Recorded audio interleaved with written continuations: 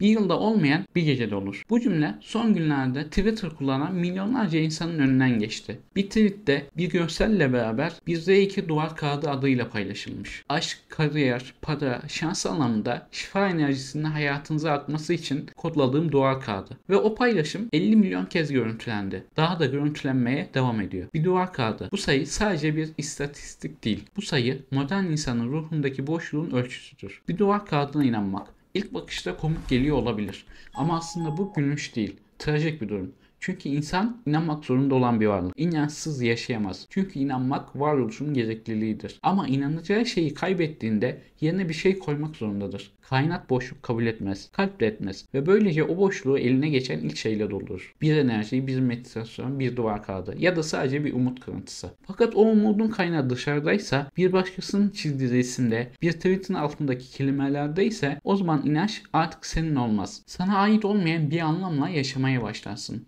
Ve bu insanın en sessiz, en fark edilmez yıkımıdır. Biz modern insanlar bir yandan bilgi çağında yaşıyoruz ama diğer yandan anlam çağının yıkıntıları arasında dolaşıyoruz. Bilgi çoğaldı ama bilgelik azaldı. Veri arttı ama derinlik kayboldu.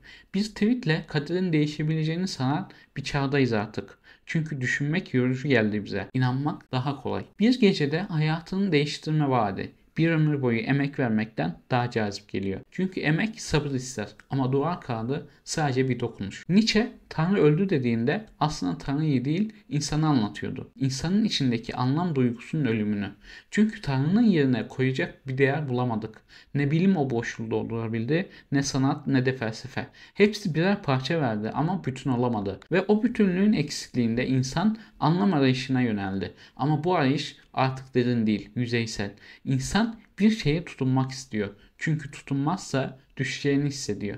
Fakat belki de asıl mesele inanmak değil. Neye, nasıl ve neden inandığımız. İnanç dediğimiz şey dışarıdan aktarılamaz. Birinin senin adına kodlayabileceği bir enerji değildir. O içeriden doğar. Yavaşça, sabırla, farkındalıkla büyür. Bir cümleyle değil, bir ömürle inşa edilir. Gerçek inanç zihnin sessizliğinde başlar.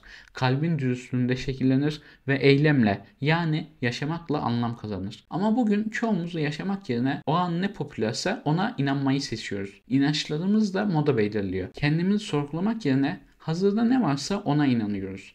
Oysa sorgulamak iyileşmenin ilk adımıdır. Kendine sorabilmek, ben neden inanmak istiyorum? Bu inanç bana ne veriyor, benden ne alıyor? İşte o sorularla başlayan yolculuk gerçek anlamda bir uyanıştır. Çünkü seni iyileştirecek güç bir görselin renklerinde değil, kendi bilincinin derinliklerindedir. Ve o bilinci uyandırmak için hiçbir kodlanmış frekans gerekmez. Sadece cesaret gerekir. Kendinle yüzleşme cesareti, kendini tanıma, kendini anlama ve sonunda kendini aşma cesareti. Bir dua kağıdına inanmak aslında kendine inanmayı unutmanın sembolü. Oysa inanç dediğin şey bir resim değil, bir yön, bir duruş, bir varoluş biçimidir. İçinde kök salmadıkça dışarıdan alınan hiçbir şey seni iyileştiremez. O yüzden bu videoda şunu hatırlatmak istiyorum. Bir tweet'e değil, bir dua kağıdına değil, bir enerjiye değil, kendine inan. Çünkü seni kurtaracak olan hiçbir dış güç değil, seni kurtaracak olan kendini sorgulama cesaretindir. Anlamı bulmak istiyorsan onu aramak zorundasın ve anlam ancak senin dokunuşunla gerçeğe dönüşür. Kanalda genellikle kitap incelemeleri yapıyorum ama bazen bu tür konularda değinmek istiyorum. Çünkü kitaplar kadar yaşadığımız çağ da bizi dönüştürüyor. Peki siz ne düşünüyorsunuz? Bir duvar kağıdına inanmak. Yorumlara yazın, konuşalım. Videoyu beğenmeyi, kanala abone olmayı unutmayın. Bir sonraki videoda görüşmek üzere. Hoşça kalın, edebiyatla kalın.